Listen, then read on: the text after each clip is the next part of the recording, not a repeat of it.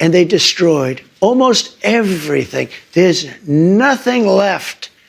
It's unprecedented. And they deny doing that. If you doing do that in a civil case, you go to jail. You know they deny doing that. And officials say that the order never came in for the National Guard. A statement. On January 6th, let me ask you this about January 6th. I think Benny you're going to want to Thompson answer wrote this. in a statement that he has destroyed all evidence. Let me ask you this about January 6th. I wish you could be you have such potential. If you could be just non-biased, you hurt yourself so badly.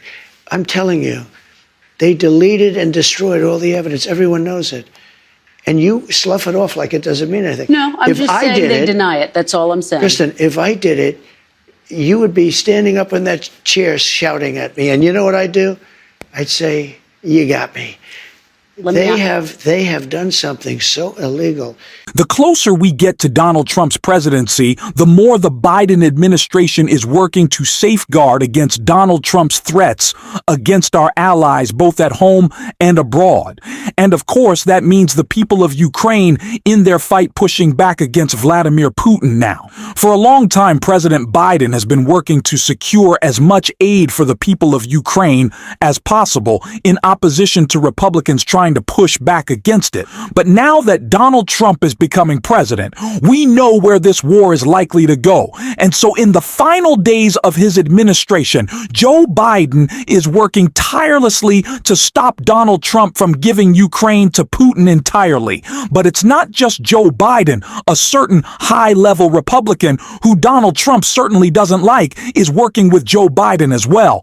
And it's driving Donald Trump crazy, and we are going to get into all of that. But before we do, if I could quickly ask you to leave a like on this video. And if you haven't already, and you enjoy our channel, to hit that subscribe button. It goes a long way. Now, before we get into what this Republican had to say about Donald Trump and his foreign policy approach, I want to get into an update from National Security Advisor Jake Sullivan about what the Biden administration is doing to provide aid for the people of Ukraine. What are you telling your Ukrainian counterparts about American support in 51 days after Biden leaves office?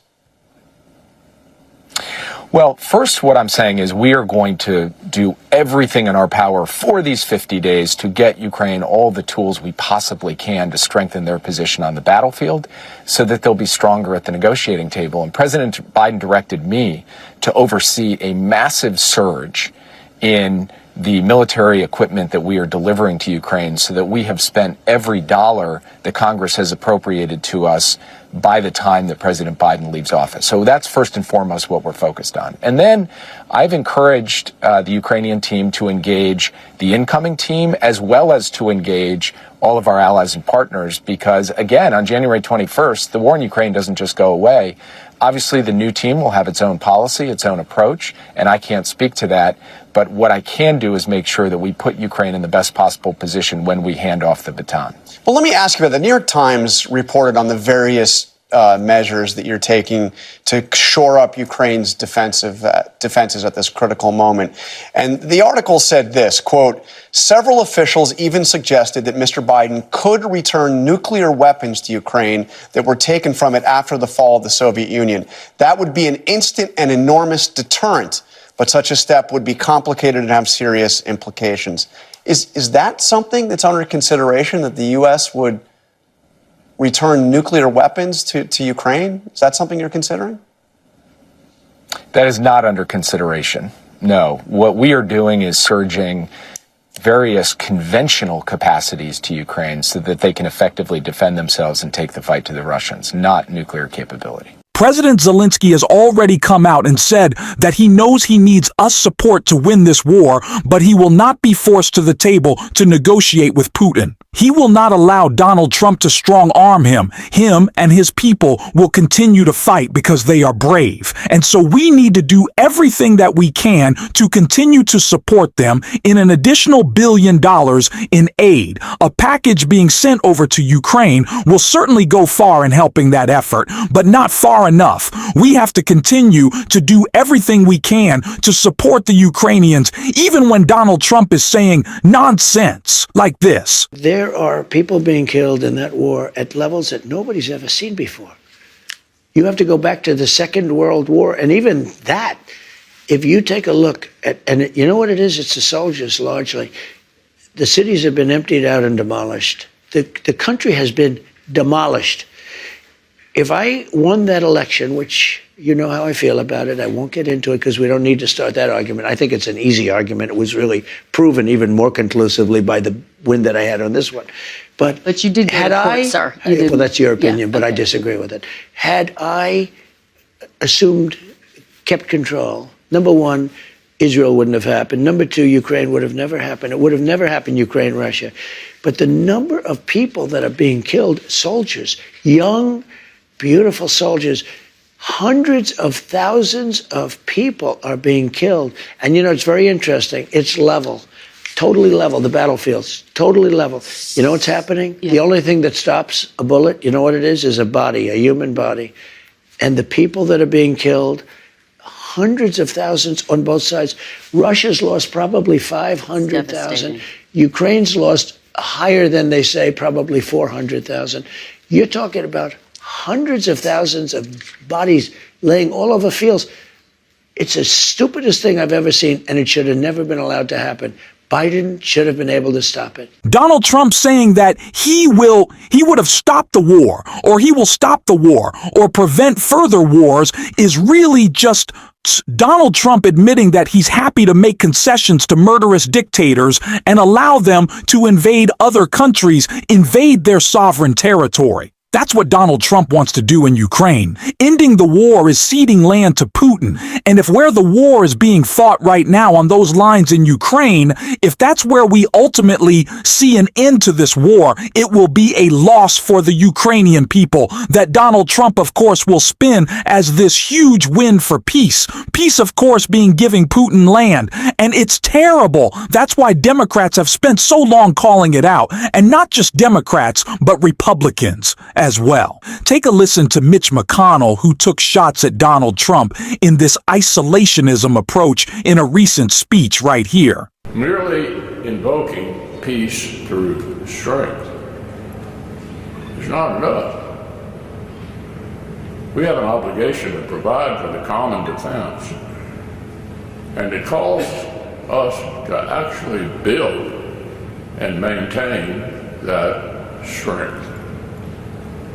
Unless we're willing to spend the necessary resources to address them, talk is cheap. And a defense authorization bill that fails to set top-line funding above the president's request would be a tragic missed opportunity we would likely come to regret.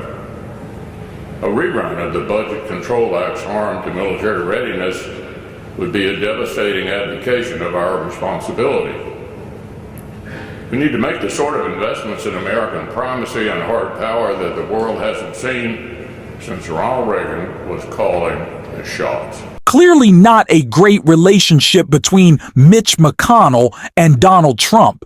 And it's not going to get better during this administration, in which Mitch McConnell has promised that he will kind of be a renegade in the Senate. He'll do whatever he wants. Now, I don't trust Mitch McConnell to be voting against Donald Trump in support of helping working families. It's certainly not something he's ever done in his entire career in politics. But I do like the idea of him pushing back against Donald Trump being the thorn in his side. If a terrible person can do a few good things, it's not going to make me like Mitch McConnell, but it's going to make me happy. It's going to make me enjoy a little bit of Republican infighting. I like that. But it's not just overseas where Donald Trump is planning to make his attacks. It's also domestically where Donald Trump is rolling out his mass deportation plan, which was perfectly called out by Texas Congresswoman, someone who we love on this show, someone who I'm played a lot of clips of lately. So let me know if you enjoy those Jasmine Crockett. Expect mass protests in response to mass deportations?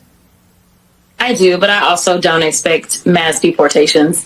I think that it sounds good and they look like the tough guys, and we know that that has really been their brand, is to basically look like the bullies that they are. But, you know, when you start to get into the nitty gritty and start to talk about details, that's when they're like, well, we didn't realize this or that. Or even when you start to talk about the cost, when we start to ramp up what the cost will look like for us to actually effectuate this, but then also look at the cost to our economy, I just don't really see it happening. As the mayor pointed out, he talked about those service workers and things like that. And someone who serves on the agriculture committee, I can tell you that I have talked to countless farmers that talk about the need for these migrant workers. So listen, unless your viewers are planning to send their kids to school so that they can go and work on the farms, then God bless, we can make sure that we keep American agriculture going. But the reality is that that is not who's been working the farms in recent years. It has been these migrants. When we look at our hospitality, it has been migrants. When we look at the restaurant workers, it has been migrants. And so, you know, when we start to look at the cost, not only coming directly out of our pocket to effectuate this, but also the cost to our economy, I just don't think that they're going to do it. And ultimately, he'll blame it on somebody else, or we're all supposed to forget, just like we forgot about the wall that Mexico was going to pay to build. Donald Trump's plans, both at home and abroad, are dangerous, and we have to continue to call out the ways that he wants to frame them. Because when Donald Trump is deporting kids and separating families, he will say that he is only deporting violent criminals. Now, of course, there will be some criminals. It is a disproportionately smaller amount of illegal immigrants who commit crimes as compared to American citizens. It's a negligible amount in that comparison. But Donald Trump will still be deporting people who have committed crimes, and he'll say, that's all of the people, all of the millions of people who he's deporting, but that won't be true. So we can't let him frame it that way. Same goes for Ukraine. Donald Trump will say he brought peace to the world because everyone respects his strength, when really he did the most weak and cowardly thing possible. He bent the knee of Putin and turned his back on our allies, turned his back on democracy. We need to call it out, and we can't just allow Donald Trump to set the framing and how we battle back and forth on this discussion. We have to make clear what is truly at stake and what Donald Trump is doing. And that is what we're going to do on this show every single day. And if you want to support that, as always, you can hit that subscribe button. You can leave a like on this video. And if you stuck around to the end, you can drop a blue heart in the comments. It's going to be a tough fight, guys, but we're here together. There until next time. I'll see you soon.